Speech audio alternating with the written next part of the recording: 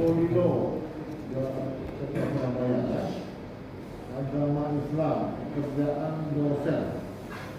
Dosen di mana?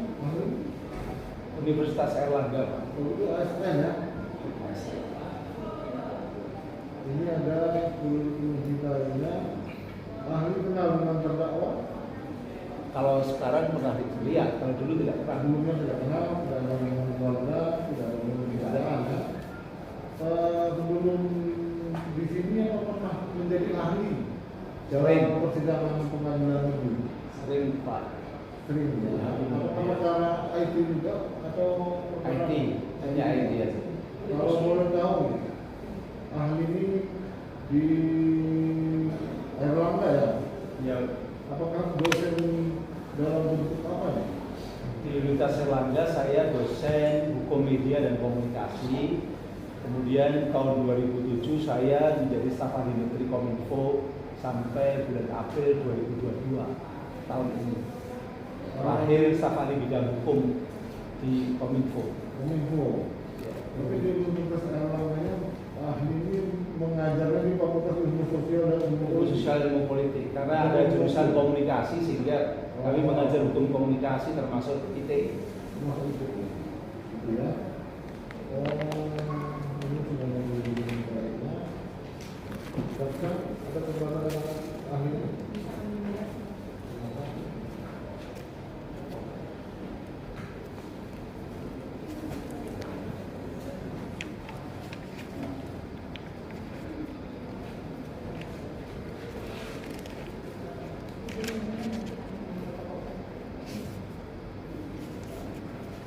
Ahli beliau memberikan keterangan bersumpah dulu. Siap. Dengan agamanya.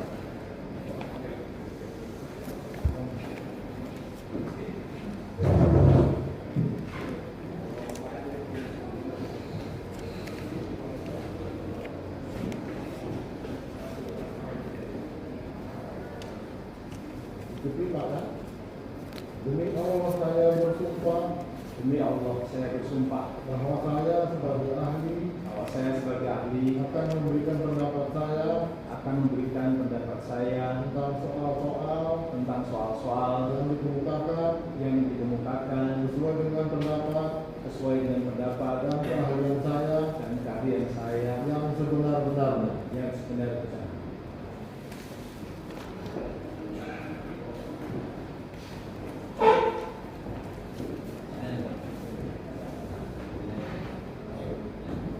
Ya, tadi begini jaksa ya, karena ini ahli dihadirkan oleh penasihat hukum, biar penasihat hukum saja yang mengajukan. Silakan penasihat hukum. Terima kasih yang mulia. Kepada saudara ahli, coba saudara jelaskan apa yang dimaksud mentransmisikan dan mendistribusikan. Mentransmisikan itu sebenarnya adalah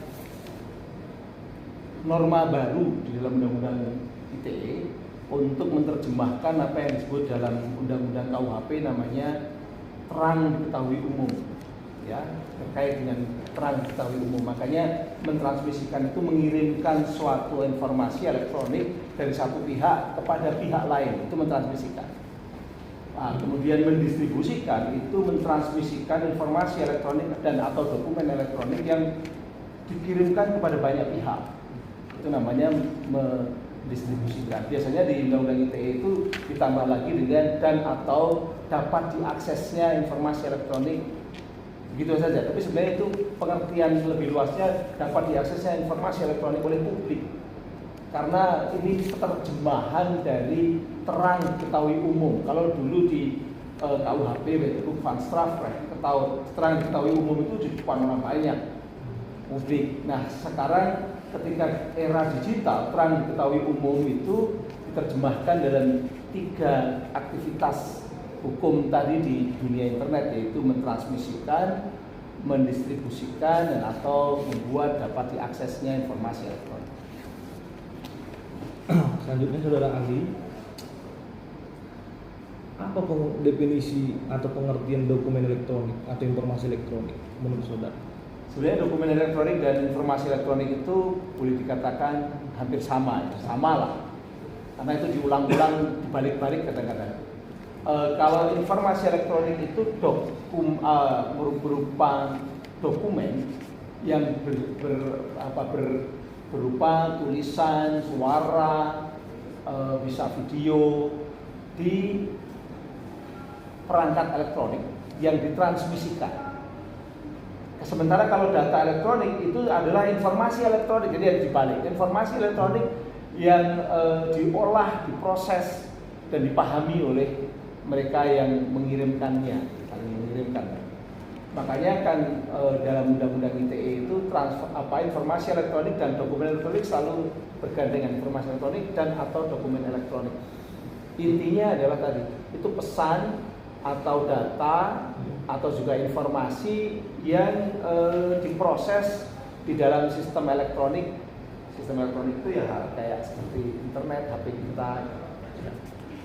Ya, Saudara Ali, kita ini masyarakat Indonesia, apakah ada larangan mengutip dan memposting sebuah berita yang sudah resmi, baik itu berita online maupun berita cetak?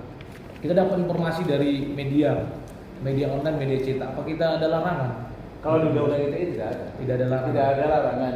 Undang-Undang ITE itu kalau kita bedah, itu sebenarnya merupakan undang-undang untuk menjadi payung transaksi elektronik supaya boleh dikatakan ada kepastian hukum.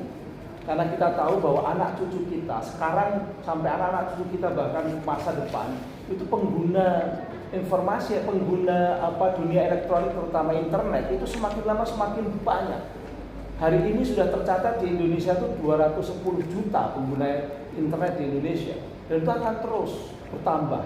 Makanya lalu ada Undang-Undang ITE ini untuk apa? Untuk memayungi supaya transaksi elektronik itu ada dasar hukumnya, kalau ada larangan juga ada larangan, tapi juga sekaligus supaya tadi ada norma-norma yang dulunya hanya berlaku di dunia fisik, sekarang harus diterjemahkan di dalam normanya dalam dunia elektronik yang memiliki perbedaan, termasuk yang namanya alat bukti.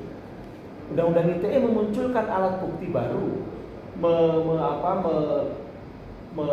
ekstensi itu, menambah alat bukti baru. Dulu alat bukti itu hanya keterangan saksi, keterangan tersangka atau terdakwa, kemudian surat-surat. Sekarang informasi elektronik itu bisa menjadi alat bukti. Nah, itu berarti Undang-Undang ITE ini mencoba untuk menjadi payung persoalan kehidupan yang anak cucu kita semakin banyak di dunia elektronik atau ITE atau di internet. Ya. Lanjut, Saudara Ali, media yang resmi tadi baik online maupun cetak pasti dalam hal memposting memberitakan, mempertimbangkan ajas-ajas, benar Saudara? Saudara bisa jelaskan ajas-ajas apa aja yang dipertimbangkan oleh media dalam hal mengekspos, memposting berita yang dia dapat? Saya sedikit tambahi yang pertanyaan pertama ya sebelum ke ajas-ajas. Jadi begini Pak Penasihat Hukum.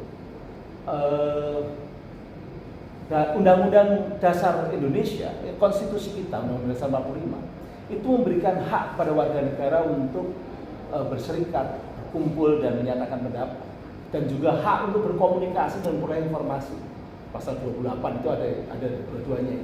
Itu bagian dari constitutional right. Artinya orang memposting, orang berpendapat, orang menyampaikan informasi, cari informasi itu bagian dari constitutional rights yang dihormati oleh konstitusi kita.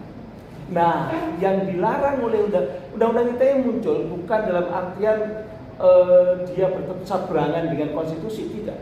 Dia adalah mengatur bahwa memang orang berekspresi itu boleh oleh konstitusi, tetapi ada aturannya, tidak boleh dia ketika mengekspresikan itu melanggar hak konstitusi orang lain atau melanggar basic rights orang lain.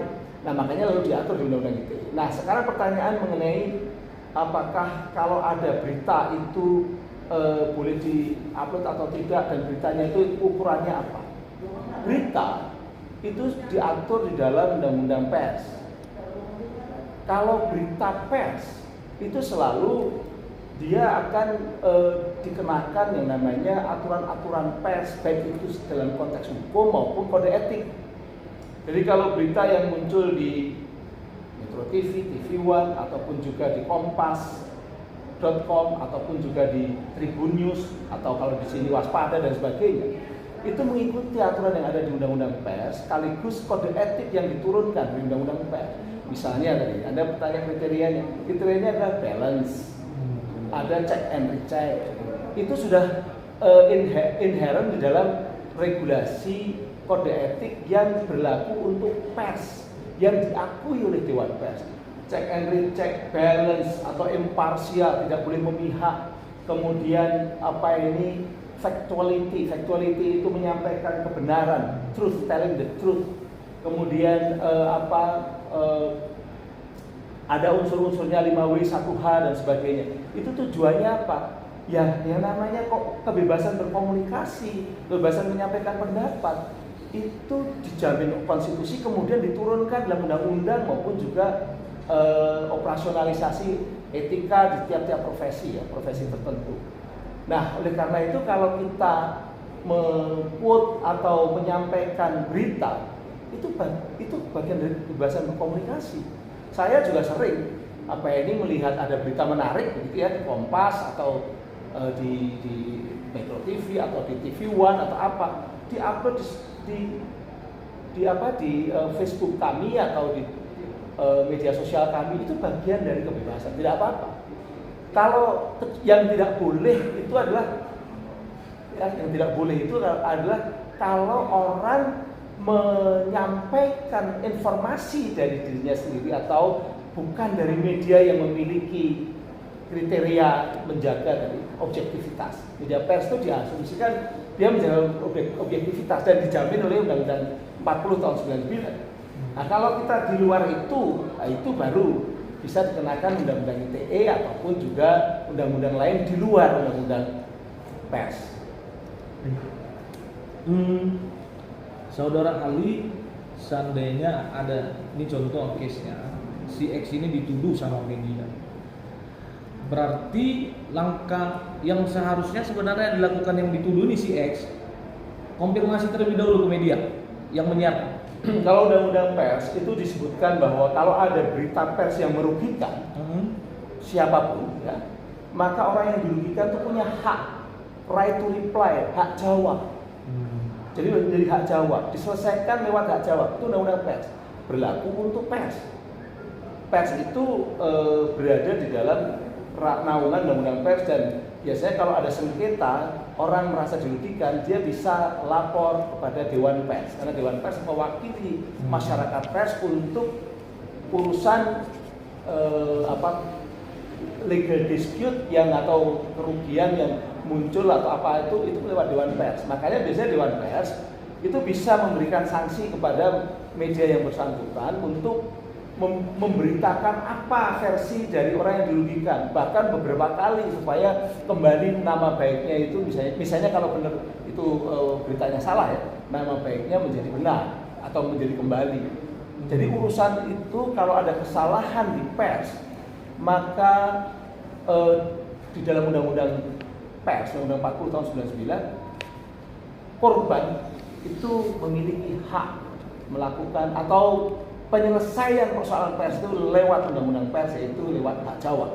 Dan itu ada kesepakatan antara Mahkamah Agung dengan Kepolisian Republik Indonesia dan dengan Dewan Pers untuk pers. Makanya pers itu memang memiliki kekhususan, lex spesialisnya itu Undang-Undang Pers, bukan Undang-Undang ITE.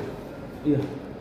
Saudara Ali, seandainya gini, saudara Ali, si X ini dituduh mencuri, padahal dia nggak melakukan mencuri. Yang bertanggung jawab, yang memberitakan, yang menginformasikan adalah media, misalnya online atau media cetak. Yang bertanggung jawab secara hukum sebenarnya siapa?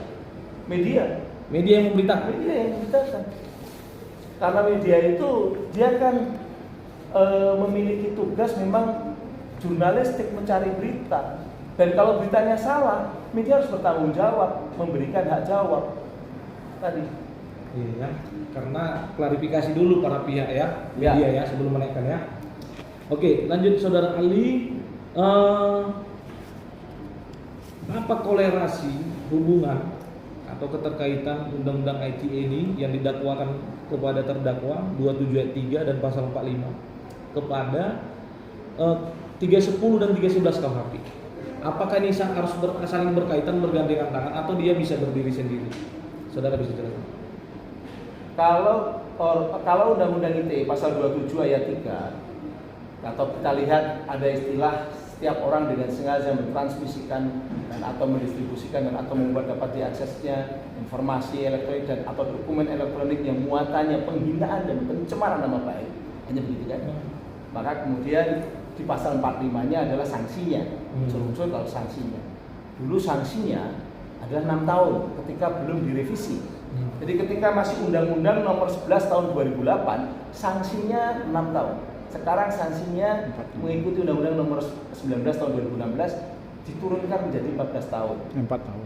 Sorry, diturunkan menjadi 4 tahun. Diturunkan komunal lain. Diturunkan menjadi 4 tahun, ya, 4 tahun. Supaya apa? Supaya tidak ada namanya penahanan. Makanya sekarang kasus pidana 27 ayat 3 ini tidak ada penahanan, kecuali kalau ada pasal-pasal lain. Yang kedua adalah kenapa ada kaitannya dengan 310 311? Karena di Undang-Undang ITE ini tidak pernah dijelaskan apa itu penghinaan dan pencemaran nama baik di Undang-Undang yang lama, yang Undang-Undang nomor 11 tahun 2008. Tidak dijelaskan. Hanya keterangannya sudah jelas. Pasal 27 ayat 3 sudah jelas. Nah, ketika direvisi kebetulan waktu direvisi itu ketua panja dari pemerintah, saya kebetulan ketua panjanya dari pemerintah di DPR RI, saya di ketua panja dari DPR namanya Mayor Jenderal Purnawirawan TB Hasanuddin, kakak kandung dari Jaksa Agung. Karena saya kenal sama Pak TB. Nah, itu kemudian pasal 27 ayat 3 ini diberi penjelasan yang di hasil revisi itu. Jadi Bapak pengacara bisa cek nanti di penjelasan pasal 27 ayat 3 di Undang-Undang nomor 19 tahun 2016. Itu disebutkan bahwa pengertian penghinaan dan pencemaran nama baik mengacu kepada KUHP, yaitu delik pencemaran nama baik dan delik fitnah. Nah, delik pencemaran nama baik itu 310. Delik fitnah itu 311. Kalau dulunya sebelum 2016, pengertian penghinaan dan pencemaran nama baik itu luas. Karena KUHP itu bab penghinaan itu ada 11 pasal, Pak. Bab 16. 11 pasal dari penghinaan pencemaran nama baik sampai fitnah, bahkan penghinaan pada orang mati, juga ada penghinaan ringan 315 dan 11 pasal itu. Nah, setelah Undang-Undang ITE itu direvisi, pengertian penghinaan dan pencemaran nama baik itu lebih difokuskan pengertiannya hanya mengacu kepada pasal 310, 311. Itu ada di penjelasan Undang-Undang ITE pasal 27 ayat 3. Dan juga ada di dalam keputusan Mahkamah Konstitusi nomor 50 tahun 2008. Karena pasal 27 ayat 3 ini pernah di judicial review, hasil dari keputusan MK tahun 2008 nomor 50 tahun 2008, putusan MK-nya itu menyebutkan keputusan MK itu bahwa pengertian penghinaan dan nama baik mengacu pada 310 311. Tapi mohon maaf, di penjelasan undang-undang yang baru 19 tahun 2016, pasal itu tidak dimasukkan. Pasal 310 311 hanya pengertiannya dimasukkan. Kenapa tidak dimasukkan? Karena KUHP-nya sedang proses revisi, Pak. Kalau dimasukkan bahwa mengacu 310 311, nanti KUHP-nya diumumkan sudah diundangkan, nanti harus direvisi ulang kalau menyebut pasal. Makanya yang disebut bukan nama pasalnya, bukan angka pasalnya, tapi adalah mengacu pada KUHP delik pencemaran nama baik dan delik fitnah. Semua orang tahu kalau belajar hukum bahwa delik pencemaran nama baik itu 310, delik fitnah 311. Mengacu ya. Jadi tidak perlu disebut angkanya. Tapi itu kesatuan. Satu kesatuan. Kesatuan atau kesatuan. Bahkan kalau orang kena pasal 27 ayat 3 harus kena dulu pasal 310 dan 311. Tidak bisa dilepaskan. Tidak bisa karena itu normanya, norma aslinya, genuine normnya itu ada di 310 311. Kemudian diekstensi dalam undang-undang ITE. Makanya pengertian apa penghinaan pencemaran nama baik? Ya kita baca 310. Kita baca 311. Di 310 jelas bahwa yang namanya pencemaran nama baik itu menuduhkan sesuatu hal pada seseorang agar terang diketahui umum. Jadi ada unsur menuduhkan kepada siapa? Kepada seseorang dengan sengaja pasti ya, dengan sengaja paham. Kemudian terang agar diketahui umum. Nah, kalau tuduhannya itu ternyata bertentangan dengan pemahaman dia, pengertian dia tahu kalau ini salah, tapi dia tetap menuduh. Nah itu baru kena 311. Itu berarti fitnah. Orang memfitnah itu kan dia tahu bahwa pengacara orangnya baik, tapi saya ingin menghancurkan Pak pengacara, lalu saya menuduh Pak pengacara bahwa ketika ketemu saya di luar ngambil uang saya, padahal tidak. Saya sengaja nuduh sesuatu yang saya tahu itu tidak. Nah itu namanya fitnah. Oke, ya saudara ahli, tadi saudara menjelaskan menuduh ya, menuduh ada juga menilai seseorang, kan bisa kita menilai seseorang dan menuduh. Apa perbedaan menuduh dan menilai menurut saudara? Jelas beda dong. Menuduh itu menunjuk pada seorang melakukan perbuatan buruk yang tidak dilakukan. Kalau menilai itu mengevaluasi, memberi nama, mengatakan bahwa ini mengevaluasi, memberi nama atau mengatakan sesuatu itu punya makna tertentu, itu namanya menilai. Misalnya, oh ini kok orang ini kok menyebalkan, itu kan menilai, bukan menuduh. Menyebalkan, bikin kesal, bahkan sampai katakanlah kalimat mengatakan bahwa orang ini kok bodoh kali, misalnya, itu menilai. Karena bodoh kali, pintar kali, menilai. Cuma penilaian yang menyakitkan itu bisa masuk dalam KUHP 315, yaitu adalah penghinaan ringan.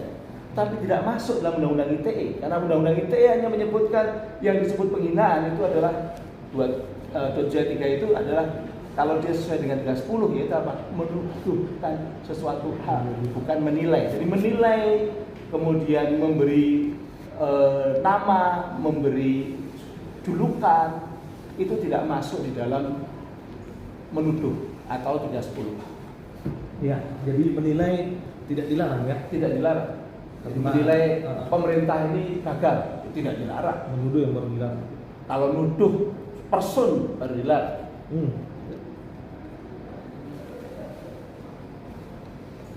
Saudara ahli, saudara pernah diperlihatkan ketiga postingan oleh terdakwa yang diupdate dan diposting terdakwa. Saudara pernah diperlihatkan 3 postingan tersebut? Sebenarnya belum pernah. Baru tadi itu istri saya menunjukkan ini loh masalah apa yang katanya di baru tadi saya lihat. Oke. Tadi saudara udah baca ya? Saudara udah baca ya? Ke postingan pertama. Saudara ingat postingan pertama? Enggak. Saya bacakan ya, saudara ahli ya. Pada tanggal 25 Februari 2021, postingan pertama, apakah Mujianto yang disebut mafia tanah dalam berita ini sama orangnya dengan Mujianto yang sedang diduga bernafsu menguasai lahan pertanian di puncak 2000 Sosaka Kinambu? Ini kalimat pertanyaan yang dilakukan oleh terdakwa. Untuk saudara ahli, berdasarkan keilmuan saudara, apakah dalam postingan pertama ini ada muatan penghinaan, fitnah, ataupun pencemaran nama baik dalam postingan pertama ini? Itu kan hanya pertanyaan. Iya, tidak ada pertanyaan. Tadi sudah saudara. Tidak ada tuduhan. Tidak ada tuduhan. Jadi tadi juga sempat ya at the glance itu sekilas ketika saya lihat itu di situ hanya mempertanyakan, bertanya kemudian berdasarkan pada berita. Itu bukan tuduhan. Tuduhan tidak seperti itu. Tuduhan itu kan menunjuk pada seseorang melakukan perbuatan tertentu yang memang perbuatan itu buruk atau melanggar hukum Jadi majelis ini kan ahli untuk undang-undang majelis, bukan pakar dari itu majelis. Terima kasih. Pertanyaannya, iya siapa yang ini berkaitan dengan ITE yang mulia, karena saya tadi menanya muatan unsur dakwaan, ada penghinaan, pencemaran, karena berkaitan dengan ITE, bukan saya tanya definisi, makna dari definisinya. Nah,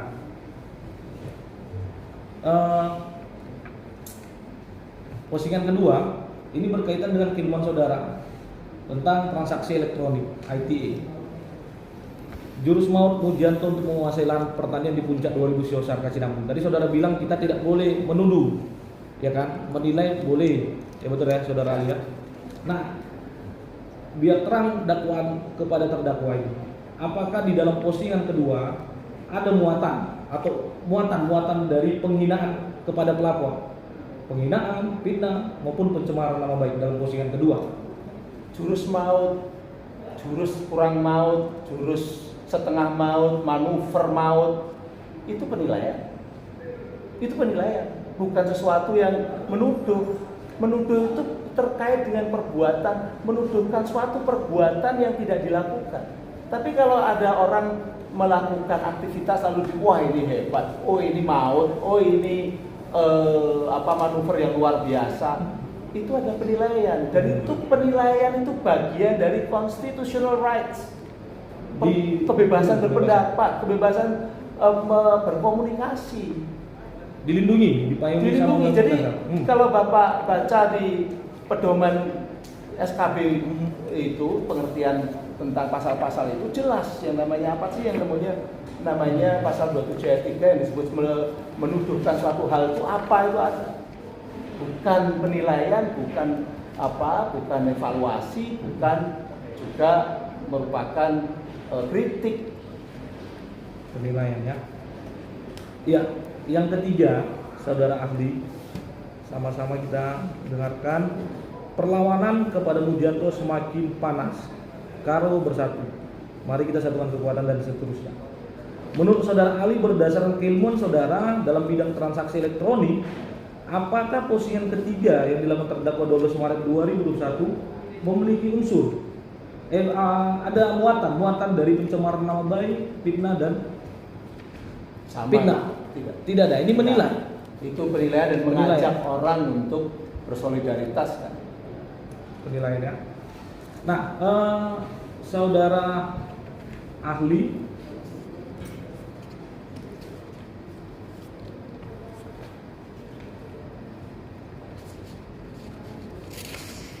apabila kita memposting nih, contoh terdakwa memposting ketiga postingan ini untuk kepentingan umum, untuk kepentingan masyarakat, dan juga membela kepentingan pribadinya, apakah itu dikatakan pencemaran nama baik, fitnah dan penghinaan? Kepentingan umum itu kan ada di 310. Iya. Di KUHP ya, pasal 310. Ya.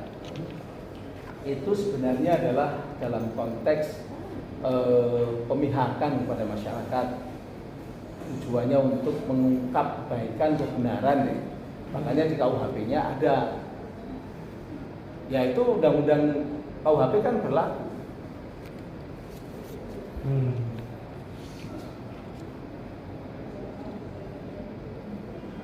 Iya, saudara ahli, termasuk kepentingan umum itu sebenarnya ada di pers. Pers itu ketika dia memberitakan itu bagian dari kepentingan umum. Makanya dalam undang-undang ITE ada istilah dengan sengaja tanpa hak. Pers itu punya hak untuk memberitakan apapun, walaupun termasuk beritanya negatif, buruk, ya. Tapi pers dilindungi oleh undang-undang pers demi kepentingan umum tadi. Nah, saudara ahli,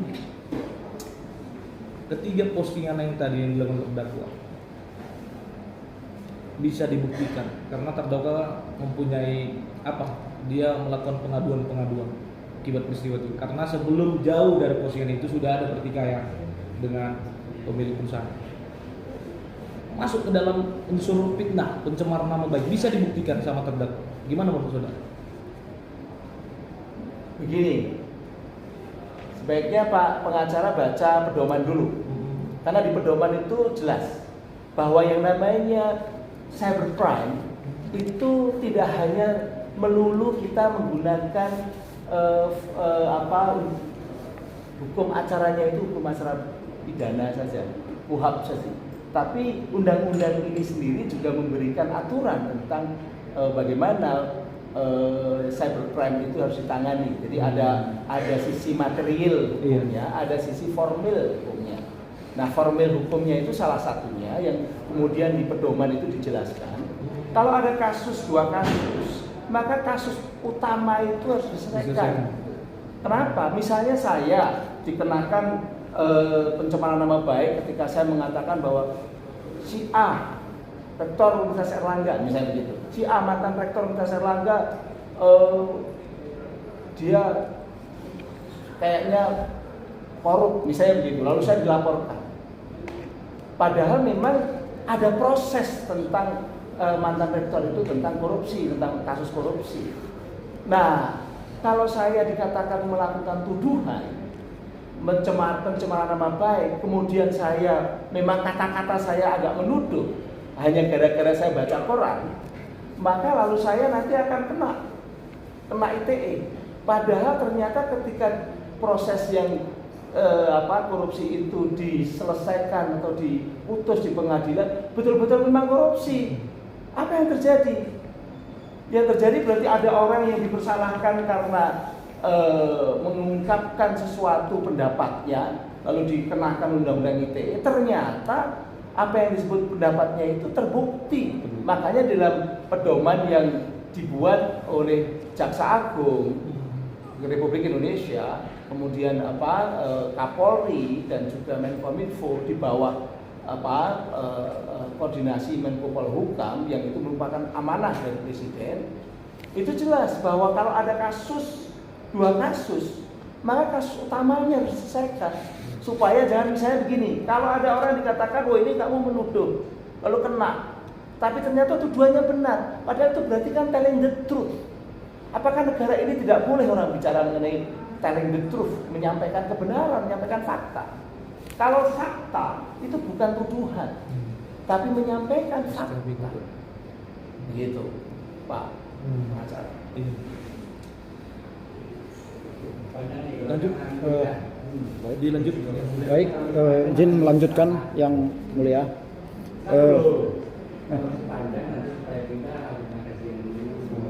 Masih ada agak panjang yang mulia. Kalau saya dulu ya. Saya Pak ahli ya. Siap, yang mulia. Karena sudah jam setengah 2. Saya juga lapar ini. Ya, kalau betul kita skor dulu ya. Dan berapa sudah? Jam 2 2 ya. Jam 2. Dan kita mulai lagi ya. Baik yang mulia. Ya, sidang skor.